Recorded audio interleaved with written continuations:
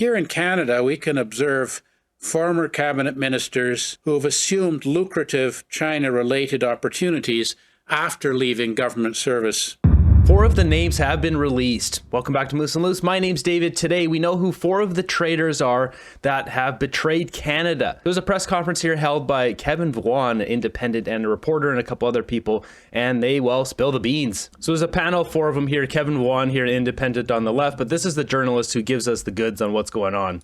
Canada's democracy has been under attack by authoritarian regimes. Chief among them is the People's Republic of China. We're here today to address a question that all Canadians have been asking. Who are the parliamentarians who have been identified in a confidential report by the National Security and Intelligence Committee of Parliamentarians? How can Canada have an election if Canadians don't know whether the people they're voting for has their best interests at heart or if they're serving a foreign master? Yeah, this is exactly it. He pulled the words right out of our mouth. We need to know who these people are. It's just preposterous. Nearly every opposition party leader has called for the names of the parliamentarians identified in the Cpac report, but the Trudeau government refuses to do so.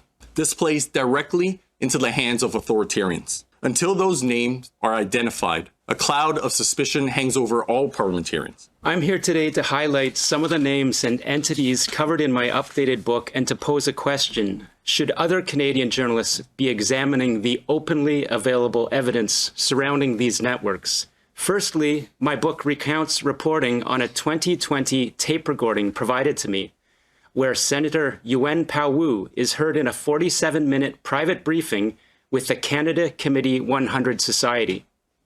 This group included Conservative Senator Victor O as an advisory member, along with an individual officially listed in a Chinese United Front Overseas Leaders Group.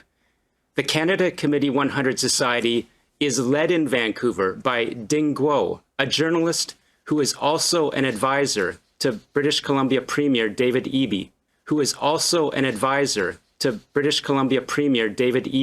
Did you hear that there? So the Canada Committee 100, this is the group that is talking with China, that is connected to China. It is led by a guy who is an advisor to David Eby. He also said Victor O, which is a conservative senator, so he's one of the people compromised. Spoiler, he's the only conservative. Other journalists participating in this tape-recorded meeting with Senator Wu later supported Liberal candidate Parm Bains in 2021.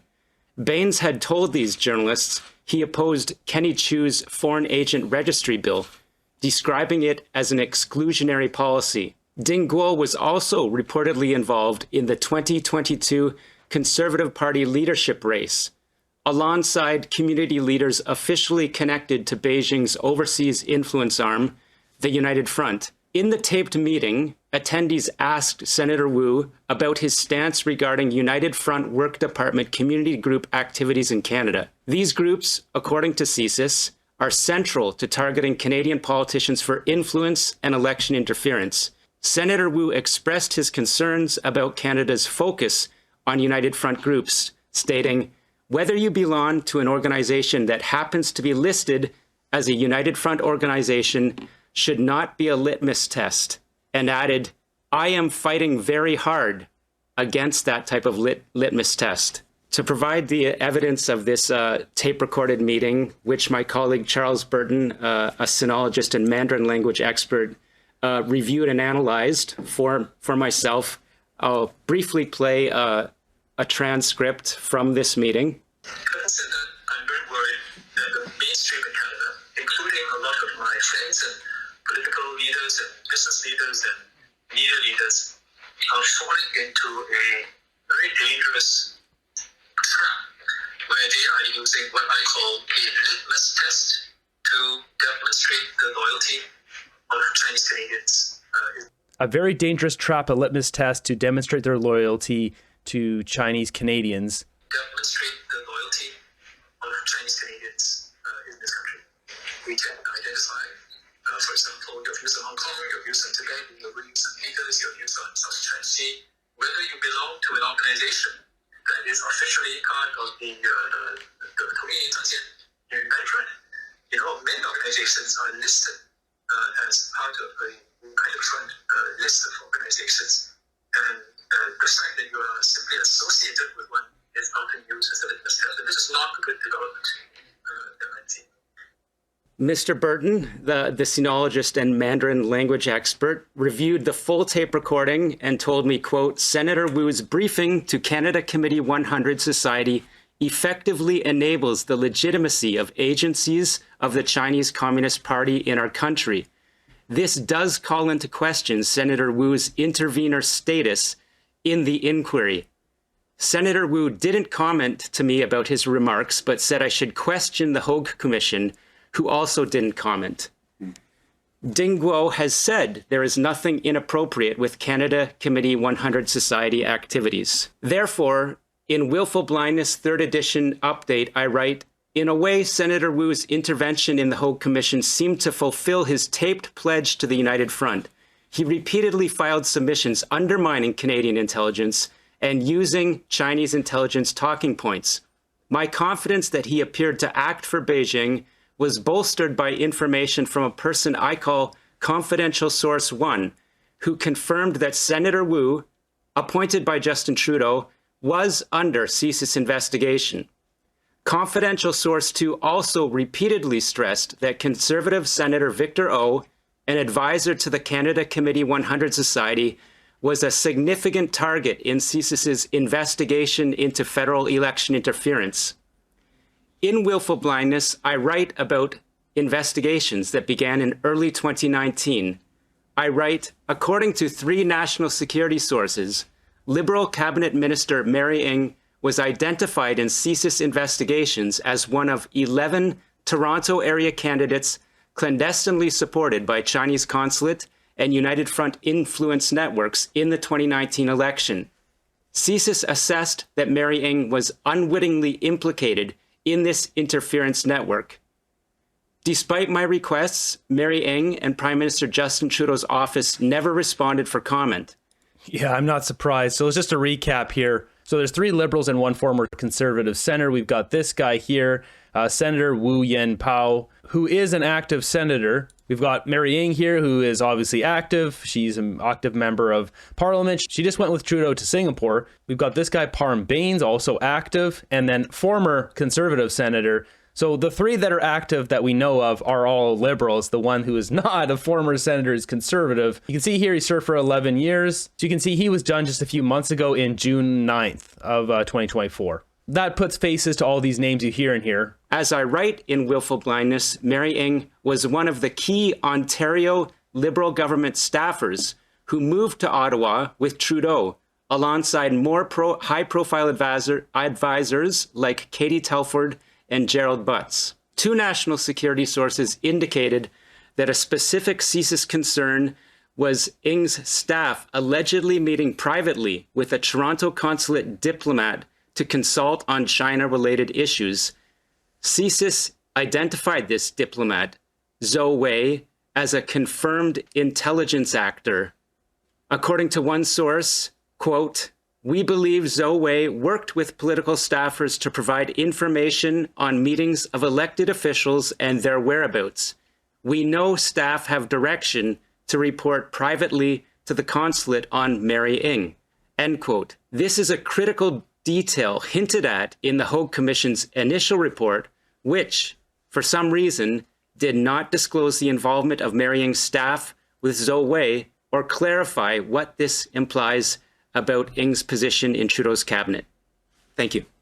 This is unbelievable. All 4 of them need to be pulled aside, investigated, and then allowed to go back to work once proven innocent. Wittingly, unwittingly, I don't care. Get them out of the government right now. Sam Cooper's work these past many years has performed an important service for Canada in exposing the Chinese Communist Party's malign challenges to our democratic institutions and our rule of law. The issue now is the Government of Canada and the Parliament should do what to set things right? Justice Marie-Josée Og's Foreign Interference Commission appears to be floundering as the government, fearing negative exposure, withholds the most critical documents and engages in self-interested obfuscation. Wow, I can't believe you just said that.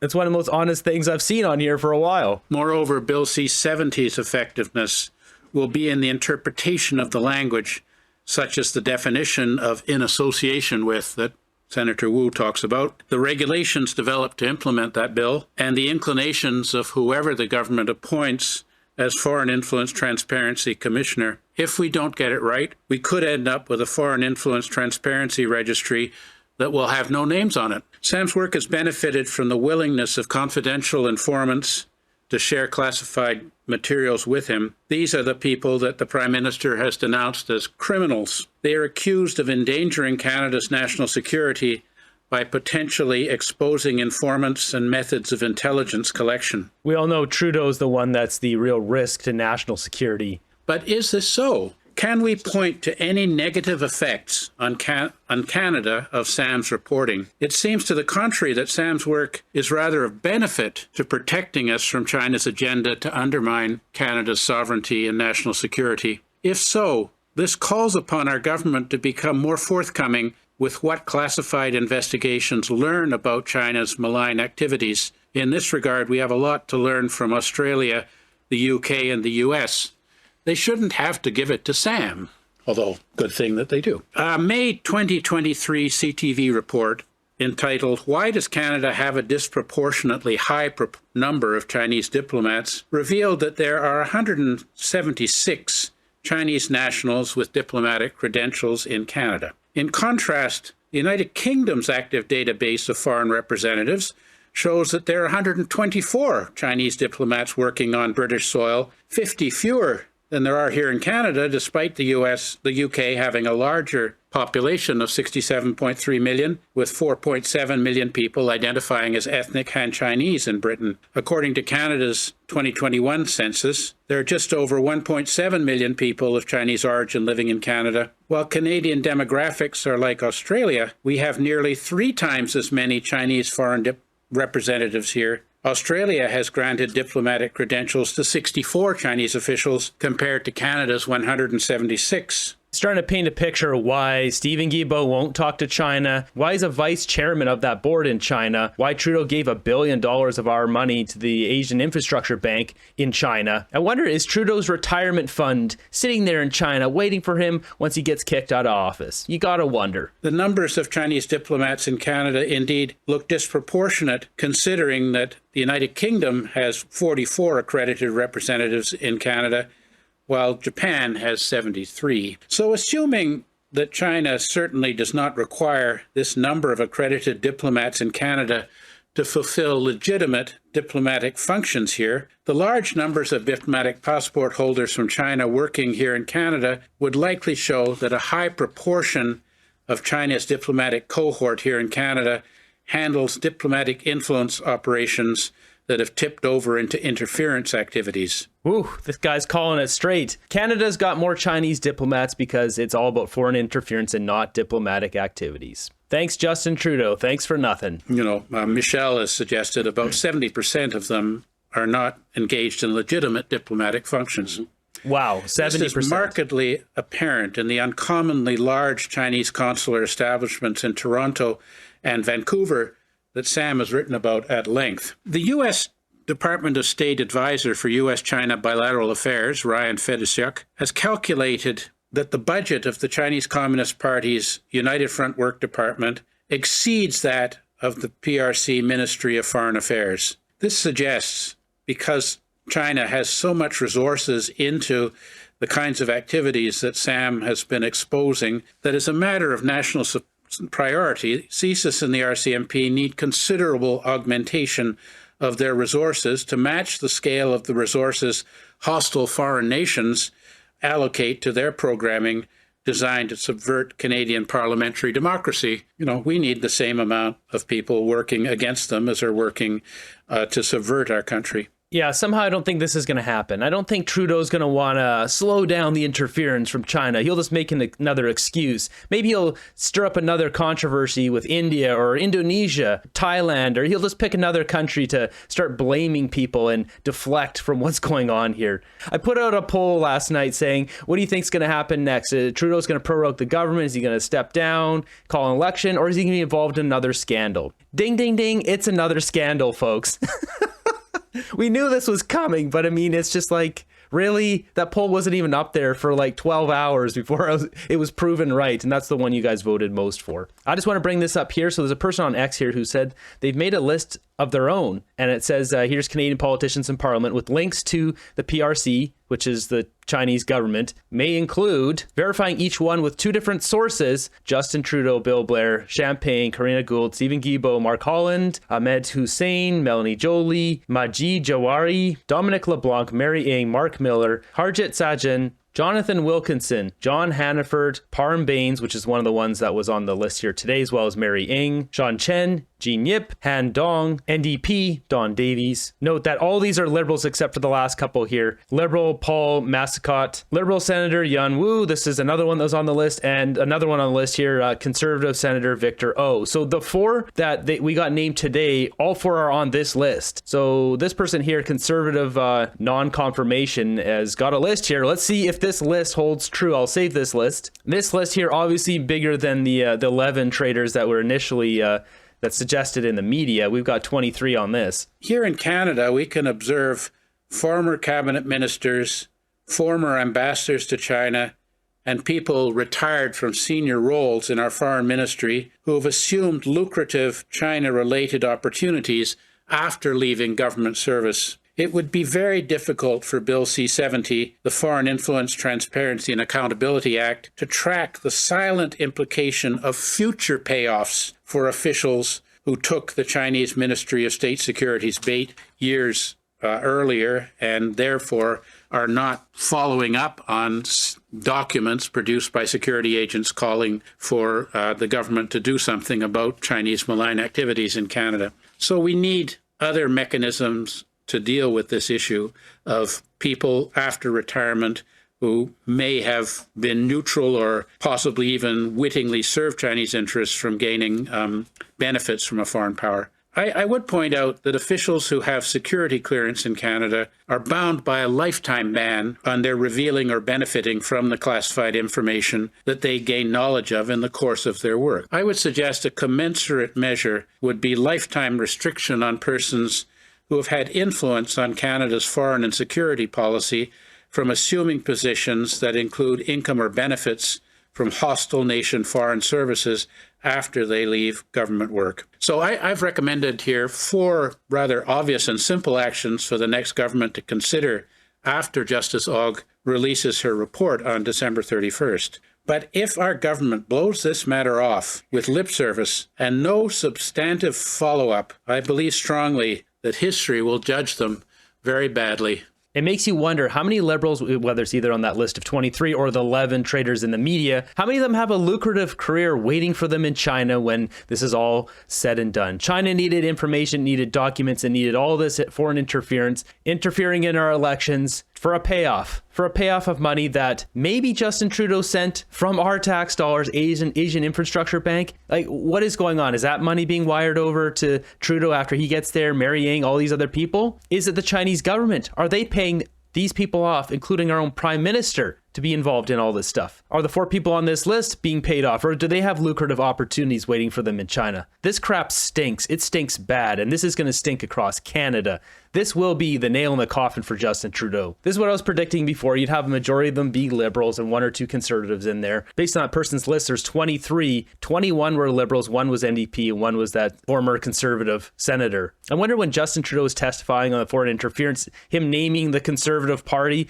was it just for that one senator when he's got the entire list? Other 10 traitors being in the Liberal Party. That's what's going on here in Canada. How many more days can Justin Trudeau survive this onslaught of scandal after scandal, corruption, with nothing being done? We need to have the Charter of Rights updated to throw out pieces of garbage like Justin Trudeau so they never burden Canadians ever again.